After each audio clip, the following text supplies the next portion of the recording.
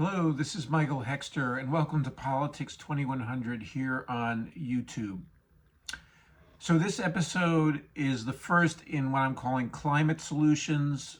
I maybe have discussed climate solutions before, but I've decided to subdivide different topics by creating series. So anyway, this is a series on climate solutions.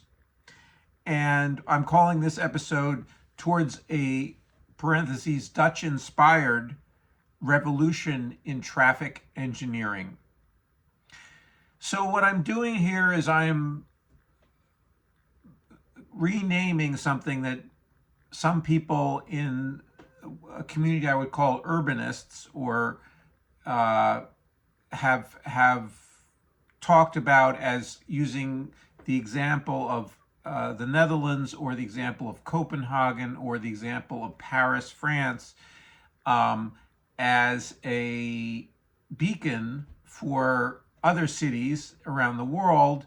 And there are also cities that are been doing different things that are held up by urbanists as being good examples. But I wanted to give it a name, so I'm calling it a revolution in traffic engineering.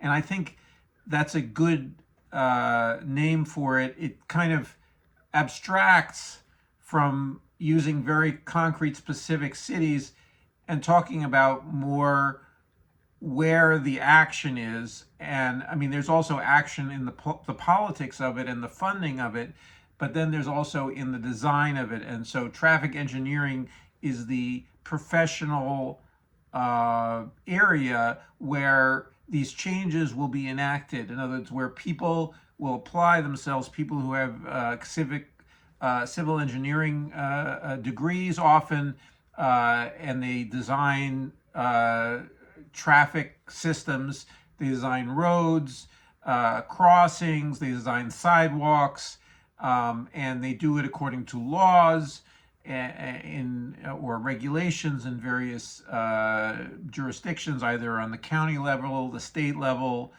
the city level, and or the town level, and then also even on the federal level, if such laws exist on the federal level as well. So anyway, if you know, it's now pretty well known, people have images in their head of what it looks like to be on the street in Copenhagen or in Amsterdam or other Dutch cities like Utrecht and so forth and so on. And you see there are many facilities, there are separated bike lanes, there are pedestrian walkways, there's bike lanes, and then there's areas where cars go, or cars and trucks go. That's the road, or what we understand is the typical road.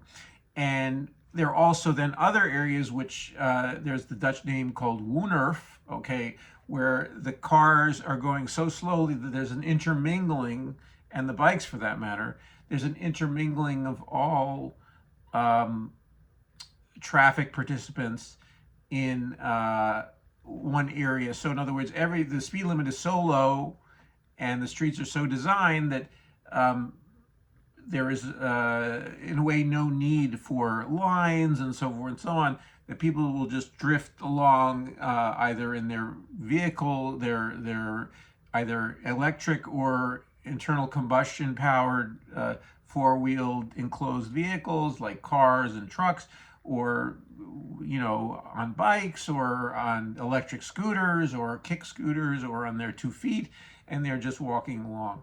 So all of this is the general concept, and then there are other designs on a larger street where you have a dedicated bus lane. So this is for bus rapid transit, or you have tram lines that if you have at grade, in other words, at the level of street, trams that run or streetcars that run at that level, so they have their own tracks and their own areas where they are separated out from cars and buses and so forth and so on, so they can run on a schedule and they don't need to be impeded.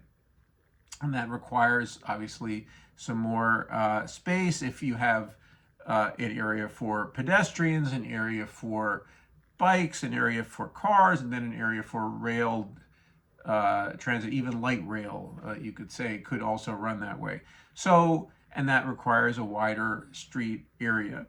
So anyway, so all of these things, the general concept though is to create cities where people will linger more on the street, that the street is not just a hole through the city where it's a funnel through the city which is trying to conduct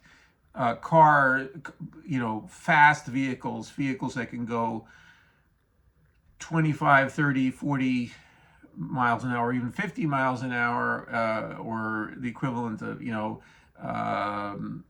60, 70, 80, 90 kilometers an hour through the city. So that in other words, the city is a place where you're trying to design it so people will spend time on the streets and they will mingle on the streets. And then also the businesses along those streets can have a more interactive approach with people, and it's been found also that businesses thrive on streets like this, where, in other words, where people have multiple forms of access to those businesses, either not just only through cars, or that they can also walk and ride bikes in safety.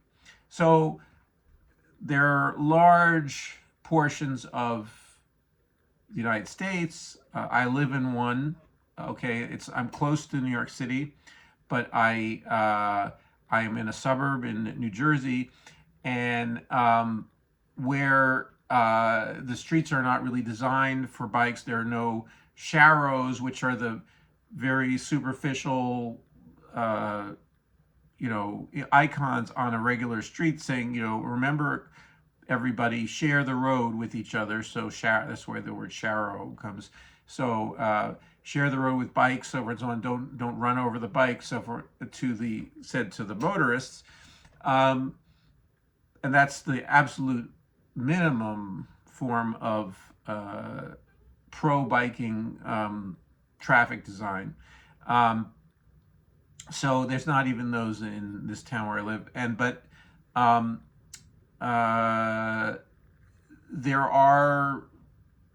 There's a potential, of course, to make it the norm in traffic design. So I'm still well off compared to some other, or in terms of my location, in terms of other places that are even more hostile. They're hostile to, there's no sidewalks for people to walk, and there is only limited access highways, freeways that go to certain places, so you have to go and get into a car to get from one place to another.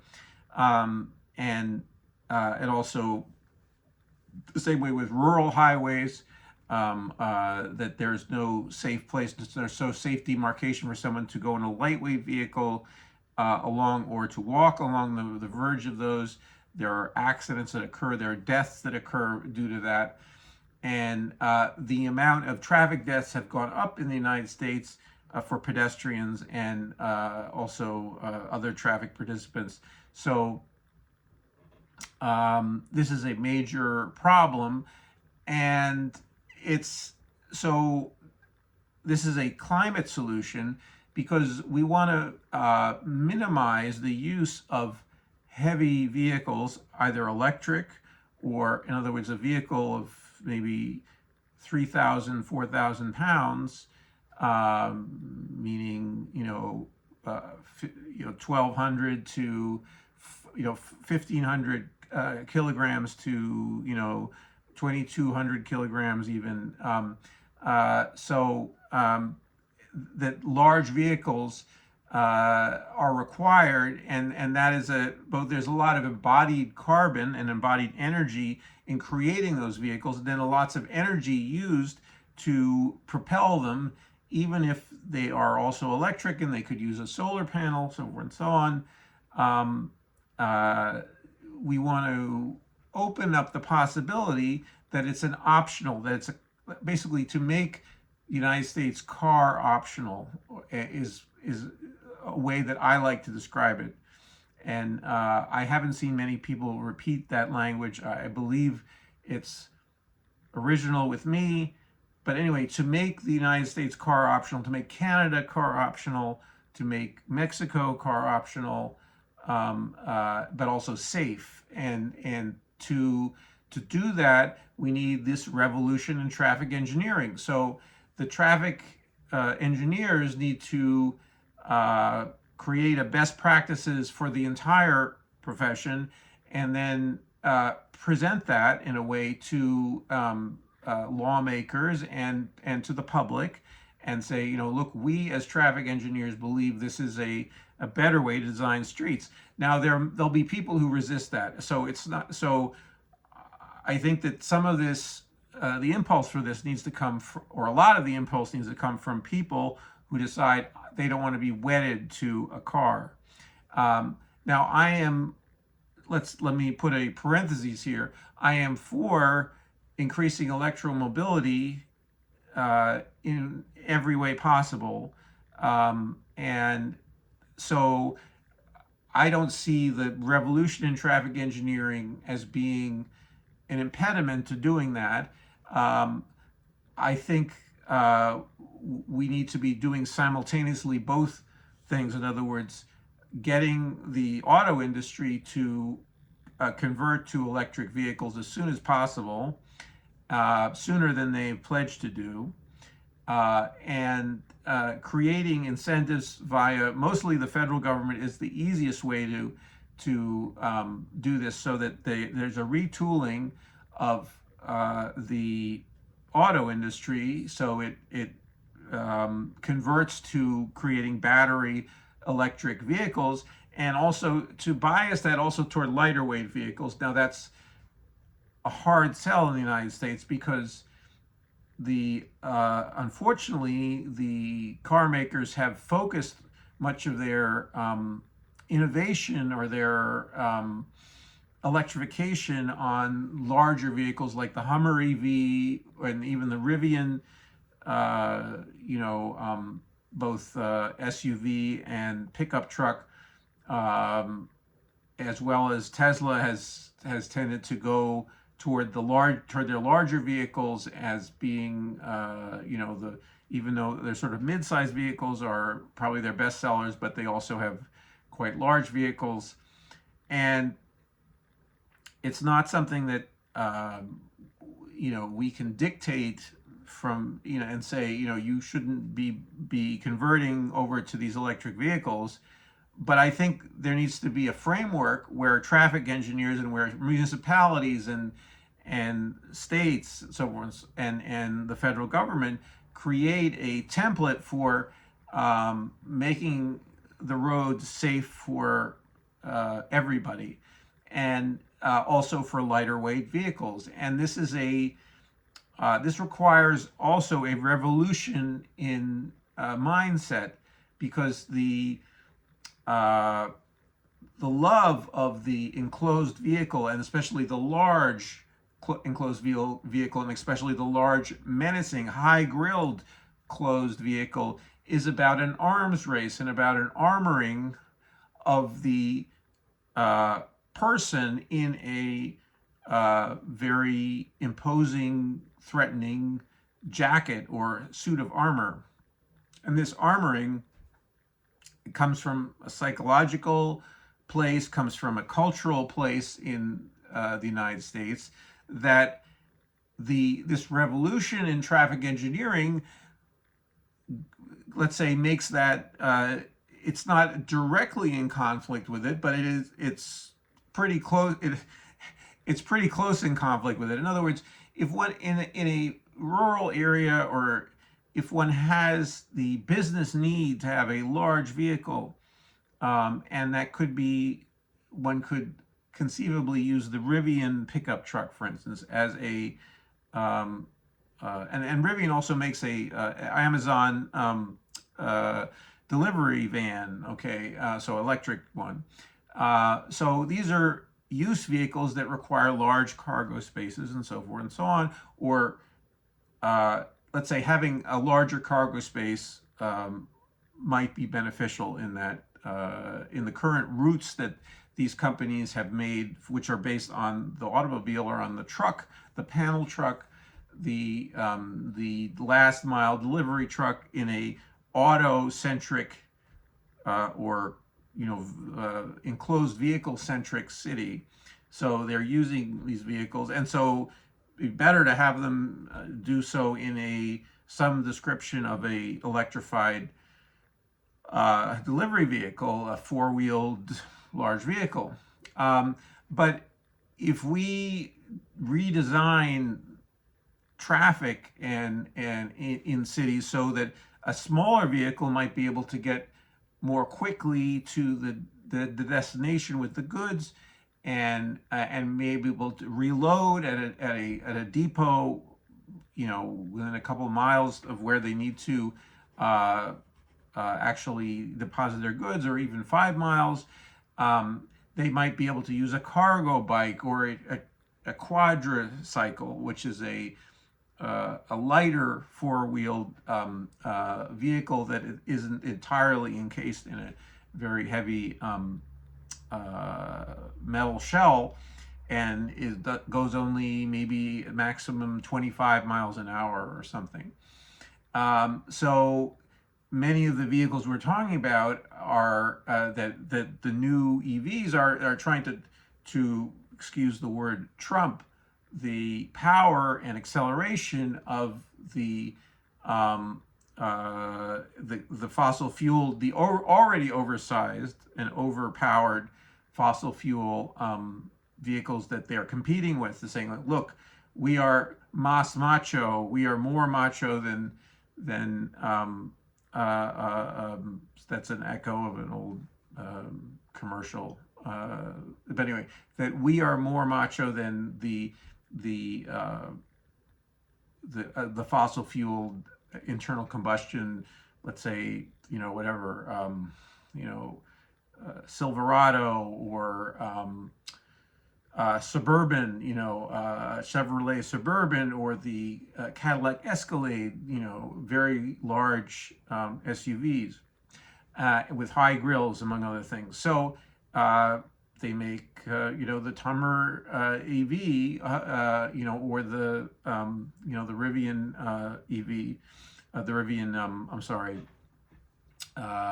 pickup or SUV. So anyway, these, again, they're in certain contexts in rural areas, or in, it's now unavoidable to have a vehicle that has a large range, a long range, and maybe a large capacity if you have, hay bales to, or livestock to bring, to move around your farm. So, and it'd be better to do that with an electric powered vehicle. You could use solar, you could use wind to power it, and so better for everybody.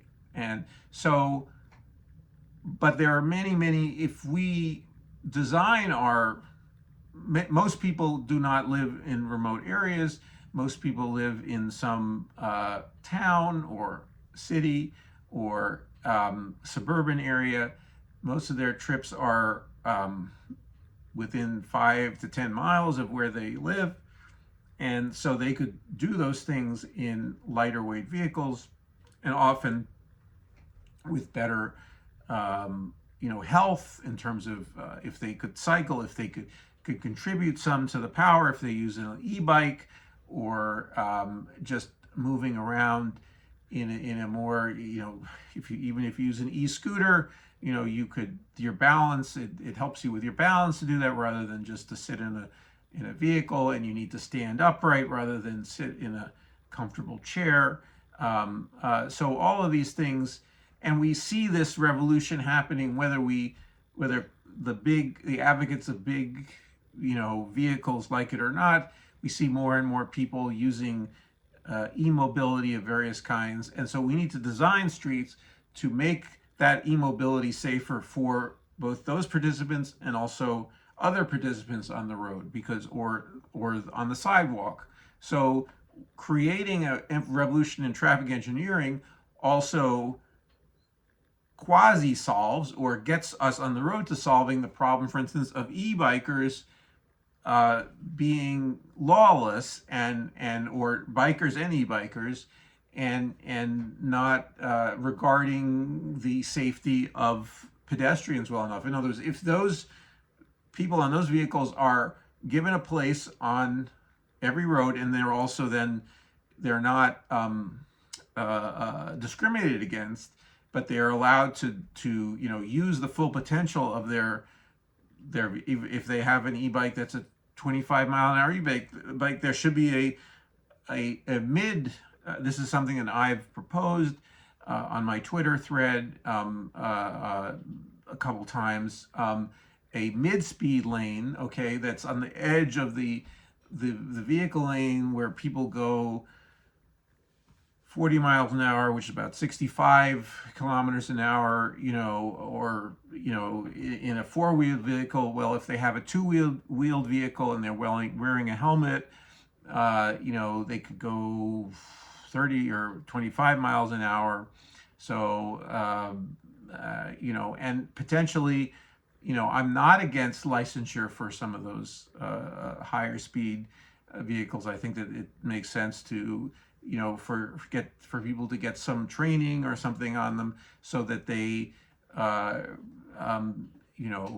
obey rules of the road, and I mean, I think below 20 miles an hour, I think licensure doesn't make sense at all.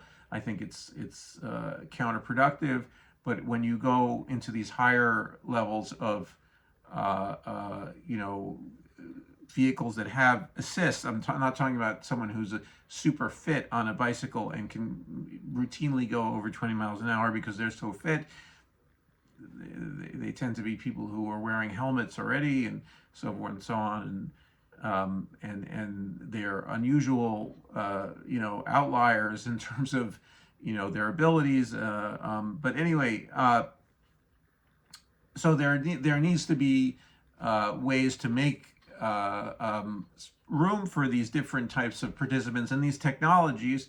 And so now one could be flexible in doing this. One could first use paint and then figure out where we're going, because we are not necessarily going to emulate exactly how it has gone in the Netherlands or in Copenhagen or in Paris. We are generally a more sprawling country. There are a few places in the United States that are as densely populated as those places. They tend to be on the East Coast here around New York City. But then a lot of places are more sprawling. So we need a different kind of revolution in traffic engineering for those places. So anyway, reimagining traffic engineering requires us and enabling us to use lightweight vehicles, using them to their potential, and without a dogmatic sense of, well, we have to do it exactly like as it was done in Paris and so forth and so on, or in Copenhagen, but also creating this idea too of creating spaces that are and this is a baby that are enjoyable for a lot of people, and also enjoyable for people who are stationary in those areas, and creating a space that is not just a space to go as quickly as possible. In other words, if you have the opportunity, if let's say you're both an owner of a vehicle and owner of an e-bike, that you decide to take the e-bike because of it's more pleasant for you to do that, because you can interact with more people, or you can stop more easily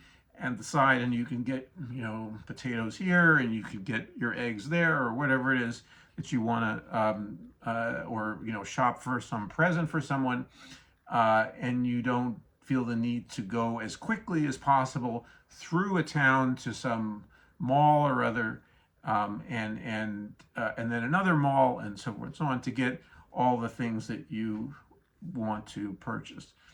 So anyway, so I just wanted to open up this topic here on Politics 2100, offer some of the thinking I've done over the last decade or so, or about this, and it's inspired by other people. It's not original. Some of what I'm saying is not original with me, but I'm putting it together in a way that is my view of it. And please share your thoughts in the comments, and also if you got anything out of this video, please like it, please share it, and also please subscribe to Politics 2100 if you're getting something out of these videos. Thanks, and hope to see you soon.